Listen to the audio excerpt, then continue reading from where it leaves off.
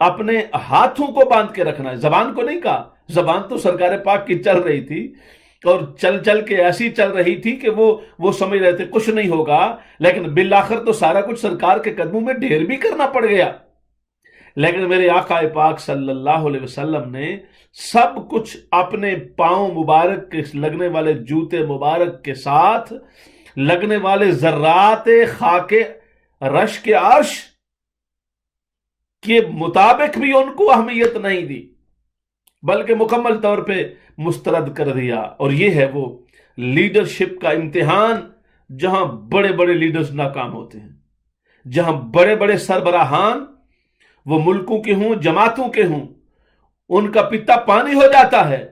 لیکن حضور محمد مصطفیٰ صلی اللہ علیہ وسلم کی یہ شان ہے کہ آپ یہاں ایسے کھڑے تھے کہ طوفانوں کے رخ موڑ دیے، پہاڑوں کی استقامت جواب دے گئی، دریاؤں کی روانی تھم کر میرے آقا کو سلام کرنے لگ گئی کہ جو آپ کے کردار کی روانی ہے اس کا کوئی جواب نہیں ہے۔ تو بہرحال حضور پاک صلی اللہ علیہ وسلم نے پوزیشن کو بدلا، اور پوزیشن کو بدلتے ہوئے آقا پاک صلی اللہ علیہ وسلم نے مکہ شریف سے مدینہ پاک کو ہجرت کی۔ میں نے آپ کو بدر کی بیک گراؤنڈ سمجھانی ہے، اس لیے باقی معاملات پر ہجرت وہ دیگر ٹاپکس پر تو بات ہوتی رہے گی اپنے وقت پر۔ سرکار جب مدینہ شریف گئے ہیں تو مدینہ شریف آقا پاک صلی اللہ علیہ وسلم کی ہجرت ربیع الاول شریف میں ہوئی ہے۔ میرے محترم سامعین کی اطلاع کے لیے یہ عرض ہے، ربیع الاول شریف میں ہجرت ہوئی۔ 6 مہینے مدینہ پاک میں سرکار پہنچ کر مدینہ کی ریاست کے سربراہ بن کر، حکومت کے حکمران بن کر، اور کائنات ہست و بود کے ایک بے مثال حاکم بن کر، ایسا حاکم جو ہے تو حاکم مگر ساری کائنات کی خدمت فرما رہا ہے اور سب پہ اپنا کرم فرما رہا ہے۔ تو حضور پاک صلی اللہ علیہ وسلم مدینہ شریف میں جا کر ربیع الاول شریف سے لے کر 6 مہینے تک سرکار پاک صلی اللہ علیہ وسلم نے اپنے آپ کے جو ریاستی معاملات ہیں ان پر توجہ دی۔ اور وہ توجہ کیا جی؟ سب سے پہلے سرکار پاک صلی اللہ علیہ وسلم نے ایک اپنا سینٹرل پوائنٹ بنانا تھا اور ایک ایسا مرکز قائم کرنا تھا جہاں پہ آپ حکومت کے جملہ معاملات کو چلا سکیں۔ تو نبی پاک صلی اللہ علیہ وسلم نے جملہ معاملات کے لیے مسجد نبوی کا قیام عمل میں لائے۔ یہ میرے محترم سامعین کے علم میں ہے بات کہ مسجد نبوی سب سے پہلا سٹیپ ہے۔ مدینہ شریف میں پہنچ کر سرکار نے مسجد نبوی کا قیام عمل میں لانا تھا اور لایا۔ اس سے کیا ہوا کہ مسلمانوں کا سینٹر قائم ہو گیا۔ یہ مقننہ بھی تھی، یہ جوڈیشری بھی تھی، یہ فوجی چھاونی بھی تھی، اور یہ صلاح و مشورے کے لیے ندوہ بھی تھا، اور یہ خانقاہ بھی تھی،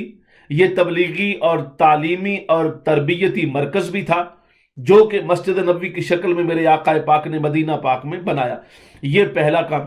دوسرا کام سرکار پاک صلی اللہ علیہ وسلم نے یہ کیا کہ اپنے ساتھ آنے والے مہاجرین کو انصار کے ساتھ، جو مدینہ شریف کے رہنے والے سپورٹرز تھے اسلام کے اور سرکار پاک صلی اللہ علیہ وسلم کے، ان کے ساتھ دونوں کو ایک معاہدہ میں نتھی کر دیا، بھائی بھائی بنا دیا، برادرہڈ کا جو معاہدہ کروا دیا۔ یعنی ایک مکہ شریف سے آنے والے مہاجر صحابی کو مدینہ پاک کے انصاری صحابی میں سے کسی ایک کا بھائی بنا دیا۔ اس کو کہتے ہیں مواخات مدینہ۔ یعنی یہ دوسرا کام تھا جو سرکار پاک صلی اللہ علیہ وسلم نے فرمایا۔ اور پھر اس کے بعد تیسرا کام کیا تھا؟ یہ دونوں تھے internal community, within the community steps taken by prophet صلی اللہ علیہ وسلم، اینڈ ایکسٹرنل اسٹیپس جو سرکار نے لیے out of the internal community. External community میں جو باہر کی کمیونٹی تھی، یہودیوں کی 5 قبیلے تھے مدینہ شریف میں، قبیلہ بنو نزیر، قبیلہ قریظہ، بنو قریظہ، اور قبیلہ بنو قینقاع، قبیلہ اوس اور قبیلہ خزرج۔ یہ 5 قبائل تھے، نزیر، قینقاع، قریظہ، اوس، خزرج۔ یہ جو 5 قبیلے تھے، ان میں سے 2 قبیلے سرکار کے ساتھ پہلے ہی آپ پر ایمان لا چکے تھے، اوس اور خزرج، اور جو باقی 3 قبیلے تھے ان کے ساتھ سرکار پاک نے ٹریٹی سائن کر لیا۔ اور یہ جو سرکار پاک صلی اللہ علیہ وسلم نے 3 کام کیے، یہ ہے انٹرنل کنسالیڈیشن، جو سرکار پاک صلی اللہ علیہ وسلم نے فرمائی۔ تو پہلا فیز مدینہ شریف کی زندگی کا انٹرنل کنسولیڈیشن کا ہے۔ اس انٹرنل کنسولیڈیشن میں 3 کام یہ ہو گئے، اور ان کے ساتھ معاہدہ طے پا گیا کہ ہم تمہیں امان دیتے ہیں، ہم تمہاری عزت کی، مال کی، جان کی، مذہب کی حفاظت کریں گے، اس معنی میں کہ تمہیں مذہبی آزادی ہوگی۔ دوسرا یہ تھا کہ اگر باہر سے کوئی مدینہ شریف پر حملہ کرے گا تو مدینہ شریف پر حملہ کرنے کی صورت میں ہم آپس میں متحد ہوں گے، متفق ہو کر باہر کی بیرونی طاقتوں کا مقابلہ کریں گے، اور ہم میں سے کسی ایک کا بھی، یعنی قبائل یہود کا یا مسلمانوں کا، جو بھی کوئی دشمنی کرے گا تو وہ دشمنی دونوں کی تصور ہوگی، اور اگر باہر سے کوئی دوستی بھی کرے گا تو وہ دونوں کی تصور ہوگی۔ تو اس اعتبار سے یہ جو پیکٹ آف مدینہ، جو میثاق مدینہ کے نام سے مشہور ہوا، یہ سرکار پاک صلی اللہ علیہ وآلہ وسلم نے بنایا۔ اس سے کیا ہوا کہ مدینہ شریف کا جو ہے نا جائنٹ ڈیفنس آف مدینہ، اس کو بڑی تقویت ملی، اور یہ جائنٹ ڈیفنس آف مدینہ نبی پاک صلی اللہ علیہ وآلہ وسلم کی حکمت عملی کا وہ انمول سٹیپ ہے کہ جس کو سمجھنے کے لیے بھی بندے کے پاس عقل سلیم کے بغیر چارہ نہیں ہے، اور آج تک دنیا اس بات کو سمجھنے سے قاصر ہے کہ یہ جو انٹرنل سرکار پاک صلی اللہ علیہ وسلم نے جائنٹ ڈیفنس آف مدینہ پاک کا ایکٹ کیا، یہ سرکار پاک کی بصیرت کاملہ کا ایک منہ بولتا ثبوت ہے۔ کسی پولیٹیشنز کے لیے، کسی سائنسدان کے لیے، ہر سطح کے انسان کے لیے، کیونکہ کوئی بھی بندہ ہے اس کو پہلے تو اپنی سیلف پروٹیکشن چاہیے، پھر اس کو سوسائٹی کی پروٹیکشن چاہیے، پھر اس کو ایٹماسفیئر کی پروٹیکشن چاہیے۔ یہ تینوں کام سرکار پاک صلی اللہ علیہ وآلہ وسلم نے مدینہ شریف میں پہنچ کر مکمل فرمایا۔ اب اس کے بعد جب مدینہ سیکیور ہو گیا، مدینہ پاک، اور پروٹیکٹ ہو گیا، سیف ہو گیا، سیکیور ہو گیا، تو اب نبی پاک صلی اللہ علیہ وآلہ وسلم نے جو اگلا کام کیا وہ تھا کہ قریش مکہ جو جنہوں نے آپ کے ساتھ دشمنی کی تھی، عداوت کی تھی، اور جن کے رویے کی وجہ سرکار پاک صلی اللہ علیہ وسلم نے مدینہ پاک کو ہجرت فرمائی تھی، اب ان کا بھی تو سرکار پاک کے ذہن میں تھا، وہ کسی صورت میں تو چاہ ہی نہیں رہے تھے نا کہ مسلمان آزادی کے ساتھ یہ آگے بڑھیں اور آگے چلیں،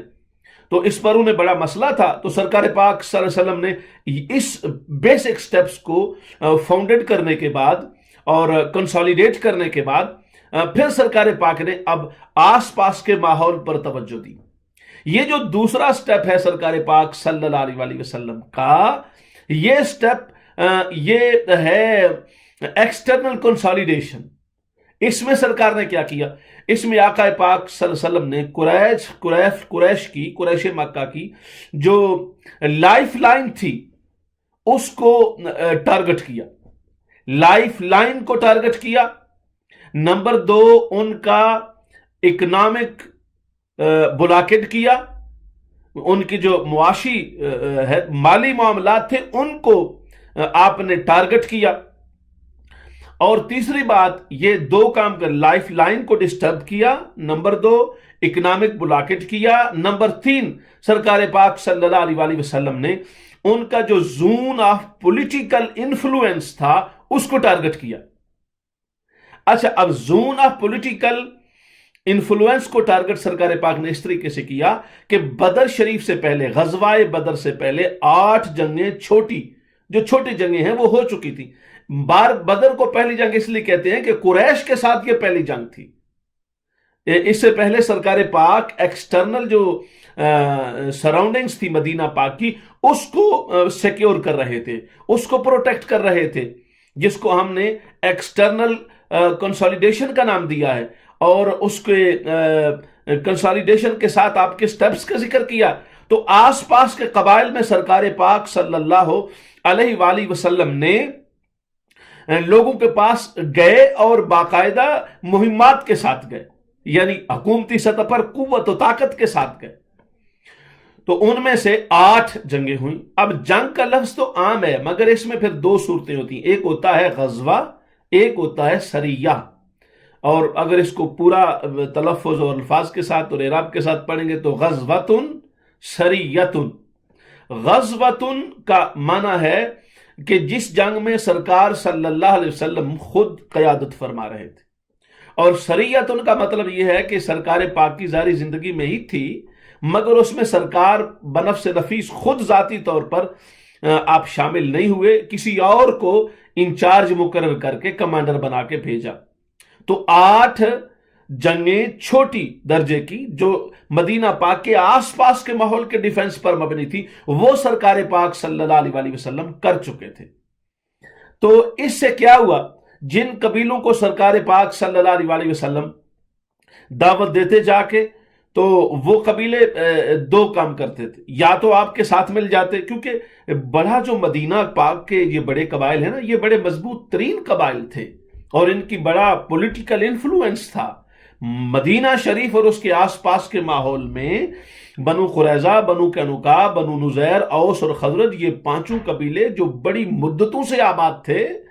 ان کا بہت بڑا پولیٹیکل انفلوئنس بھی تھا۔ تو جب بڑے قبیلوں نے مان لیا اور پھر باہر نکل کے جب سرکار نے دعوت کو عام کیا، تو وہ قبیلے تو ان کی سرکار پاک کی مخالفت میں تو آنا نہیں تھا۔ تو جب وہ دیکھتے کہ وہ تو پہلے ہی حامی ہو چکے ہیں محمد پاک صلی اللہ علیہ وسلم کے، تو اب وہ آگے سے یا تو بلا چون و چرا مان لیتے، یا پھر حضور پاک صلی اللہ علیہ وسلم سے عرض کرتے کہ دیکھیں ہم نہ آپ کے ساتھ ہیں نہ قریش کے ساتھ ہیں، ہم قریش کی بھی مدد نہیں کریں گے اور آپ کے ساتھ بھی ہم کوئی کسی قسم کی مبارزت نہیں کریں گے، آپ کے مقابلے میں بھی نہیں آئیں گے اور آپ سے ہمیں کوئی کسی طرح کا۔ تو یہ ہے نیوٹرل کر دینا،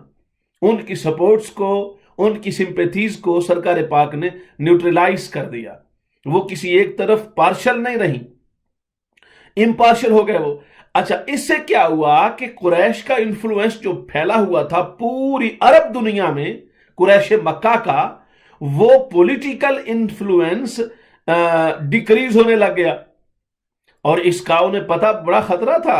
اور یہ پولیٹیکل انفلوئنس ڈیکریز ہونے کا مطلب یہ تھا کہ مدینہ شریف کا جتنا راستہ ہے، یہ سارے کا سارا راستہ مکہ شریف کی مالی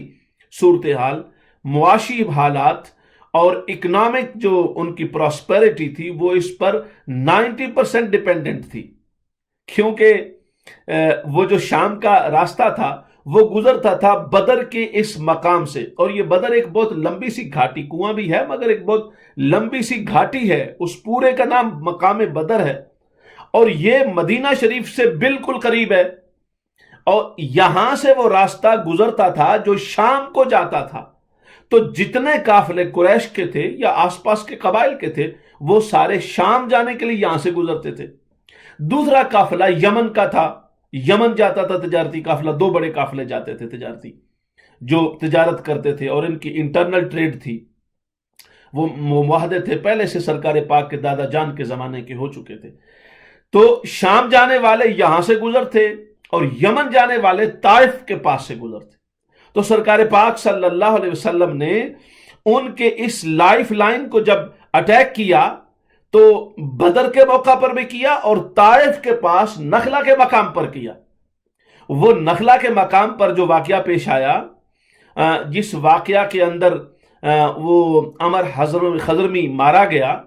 اور حضرت عبداللہ بن جہش جو سرکار پاک نے وہاں بھیجا تھا ان کو، تو ان کے پاس بھی سامان تجارت ہی تھا نا، تو وہ آتے ہوئے سامان تجارت تھا ان کا، چونکہ مخالف تھے اور مخالفت کی بنیاد پر ان کو سرکار پاک نے ان کی اٹیکنگ کیا تھا، تو انہوں نے بغیر اجازت کی ویسے کیا، سرکار پاک کا حکم واضح طور پہ نہیں تھا، مگر نفی کا بھی حکم واضح نہیں تھا، تو اس لیے سرکار پاک صلی اللہ علیہ وسلم نے گرفت نہیں فرمائی، مگر عبداللہ بن جاش کو یہ فرمایا کہ ہم نے آپ کو اس کو اٹیک کرنے کا عملی طور پر یا اس کو امپلیمنٹ کرنے کا نہیں کہا تھا کسی اپنی طرف سے کسی ایڈونچر کو، بلکہ ہم نے تو آپ کو وہاں پہ نگرانی کے لیے مقرر کیا ہے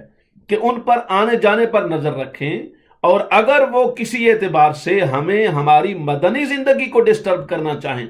اور اپنے پرانے گمان اور گیان اور خیال کی اندھی سوچ میں مست ہو کر ہمارے پر حملہ آور ہوں، تو ہم پہلے سے ان کے اکنامک کوریڈورز کو مکمل طور پہ بلاک کرنے کی پوزیشن میں ہوں۔ یہ وہ تدبیر اور تدبر ہے میرے محترم سامعین جو اللہ نے اپنے محبوب صلی اللہ علیہ وسلم کو عطا فرمایا، کہ اسی مقام پر آج آپ اندازہ کر سکتے ہیں، یہی ٹرمینالوجیز اور یہی صورتحال آج پوری دنیا پر منطبق کس انداز سے ہوتی ہے کہ مین جو بڑے اصول ہیں وہ تو یہی ہے نا، جو قوم اکنامکلی اسٹرانگ ہو جاتی ہے وہ ہر اعتبار سے پولیٹیکلی بھی اسٹرانگ ہو جاتی ہے، اور جو نیشن اکنامکلی اسٹرانگ نہیں رہتی، ویک ہو جائے، تو پولیٹیکل بھی اس کا جو سٹرکچر ہے وہ ویکنڈ ہو جاتا ہے۔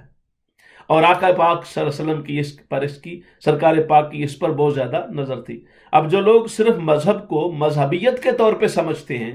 کہ یہ صرف مسائل کے لیے ہیں ہم مسلمان اور ہمارا مسلمانوں کا کوئی کام نہیں ہے، تو اس کا لوگوں کے ذہن میں کوئی علم کی کمی ہے نا، یعنی 99% جہالت کا نتیجہ ہے یہ سوچ، ورنہ سرکار پاک کو مسجد نبوی مل گئی تھی، نمازیں ہو رہی تھیں، سلسلہ چل رہا تھا، آپ پر کوئی کسی اعتبار سے آپ ریاست مدینہ کے سربراہ تھے، لیکن یہ جو آپ نے فردر سٹیپس لیے ہیں، یہ سٹیپس کس بات کی نشاندہی؟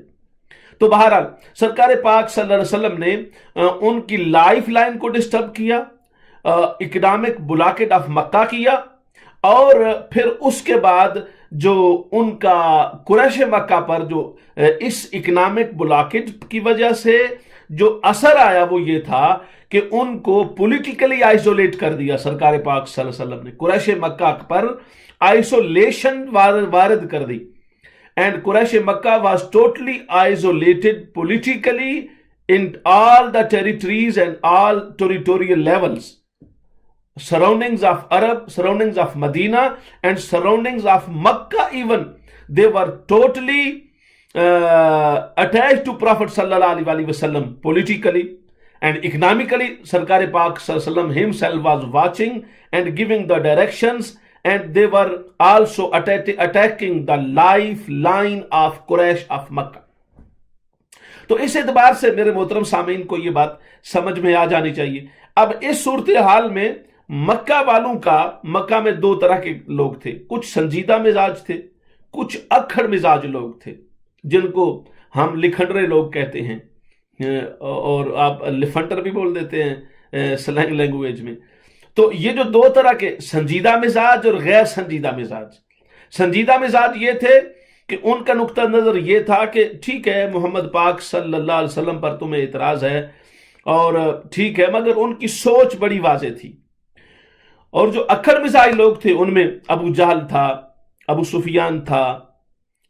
عتبہ شیبہ یہ مشہور لوگ ہیں، ولید تھا، یہ اس سطح کے جو لوگ تھے یہ اکھڑ مزاج قسم کے لوگ تھے جو بالکل کسی کی حقیقت کے طور پر بھی برداشت کرنے، قبول کرنے کے لیے تیار نہیں تھے۔ تو یہ جو دوسرے سنجیدہ مزاج لوگ تھے ان میں حکیم بن حزام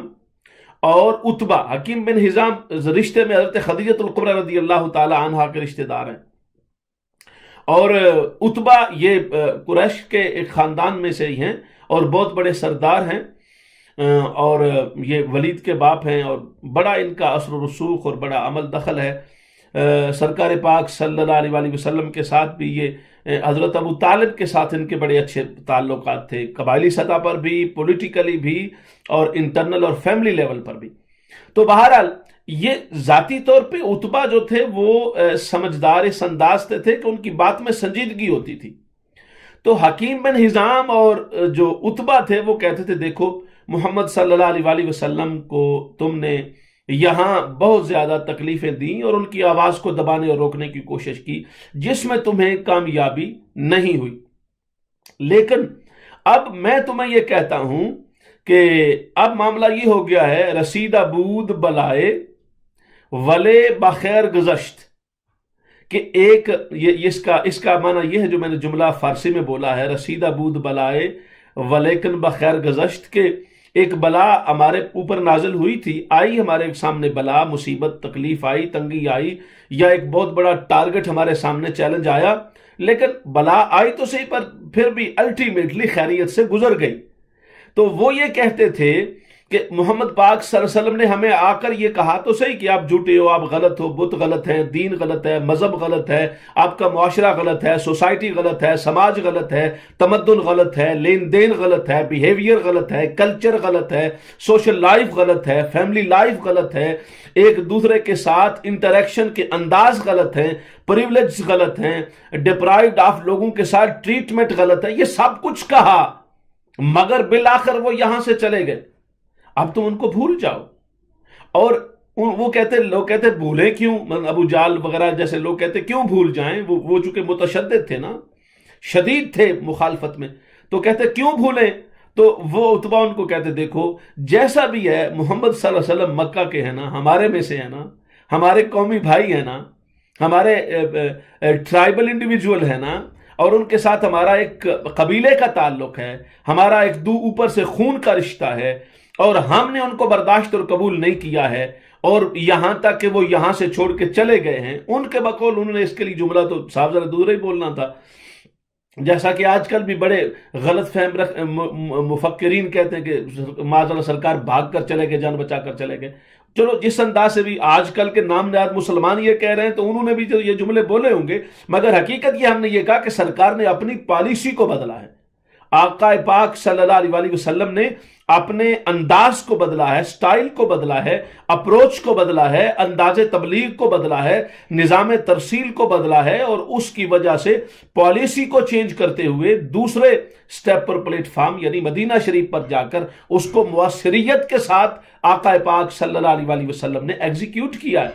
تو بہرحال ان کا یہ تھا کہ اگر وہ باقی قبائل کے ساتھ لڑتے لڑتے، اگر تو باقی قبائل نے یا دیگر دوسرے عرب نے، مدینہ کے آس پاس بڑے بڑے قبائل ہیں دیگر مذاہب کے، اگر انہوں نے ان کو ڈیفیٹ کر دیا تو پھر ہمارا مقصد پورا ہو گیا. ہم بھی تو یہی چاہتے تھے کہ وہ شکست کھا جائیں، معاذ اللہ ان کا سلسلہ ختم ہو جائے، ان کی بات بے اثر نہ رہے، وہ جو بات کرنا چاہتے ہیں وہ ختم ہو جائے اور ہم ہماری بات پر دوبارہ آ جائے. اگر وہ ختم ہو گیا تو ہمارے لیے تو نہ وہ ہینگ لگا نہ پھٹکڑی، اور ہمارا سارا کام بھی بن گیا، ہمیں کچھ کرنا بھی نہیں پڑا اور ہمارا مسئلہ حل ہو گیا. اور اگر